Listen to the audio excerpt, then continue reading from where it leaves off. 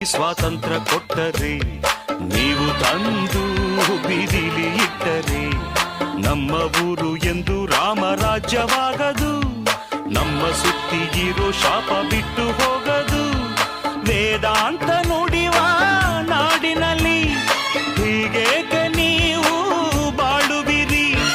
ಹೆಣ್ಣನ್ನು ಪೂಜಿಸೋ ಭೂಮಿಯಲ್ಲಿ ಈ ನೀತಿ ಸರಿಯೇ ಯೋಚಿಸಿರಿ.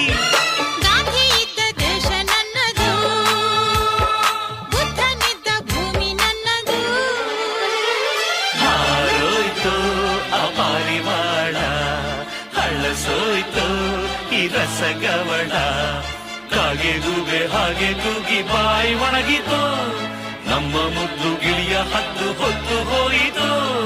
ಯಾರ್ಯಾರ ಚೆಲುವೆ ಎಲ್ಲಿ ಹಳ್ಳೋ, ಯಾರ್ಯಾರ ಋಣವು ಎಲ್ಲಿ